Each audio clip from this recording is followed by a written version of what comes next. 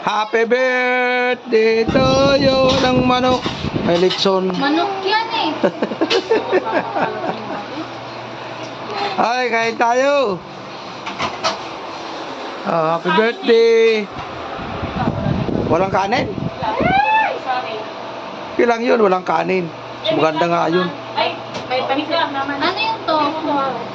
Tokwa pala. Tofu ba yan? Ay, we. Dokwa yan. Nag-aalok kayo kumain, di pa nga nananalangin.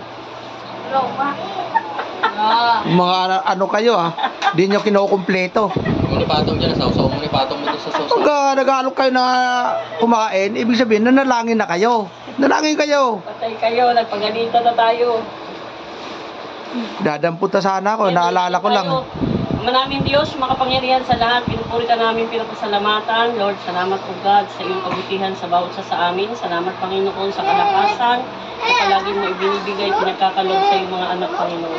Lord, nanalangin ang Panginoon sa pagkain na ito nasa aming harapan. Ikaw, Lord, ang siyang patuloy mag-bless ng mga pagkain na ito na makadagdag sa kalakasan sa aming katawan. At gawin mo kami karapat-dapat po God sa pagtanggap nito, Panginoon. Lord, maraming salamat. Mag-isa handa nito, Panginoon, kila Kim, kay Mark. Ikaw, Lord, ang patuloy mag-bless sa kanilang buhay.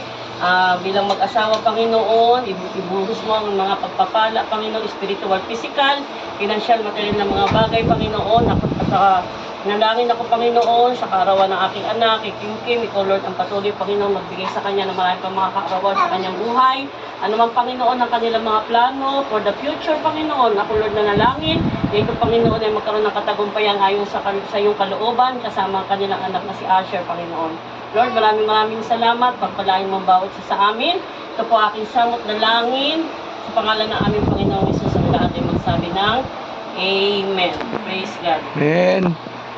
Happy birthday to you.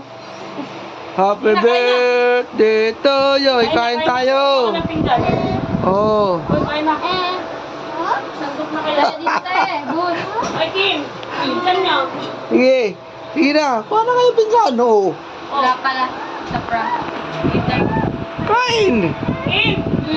Pinggan. Ano ba yun? Uy, wala.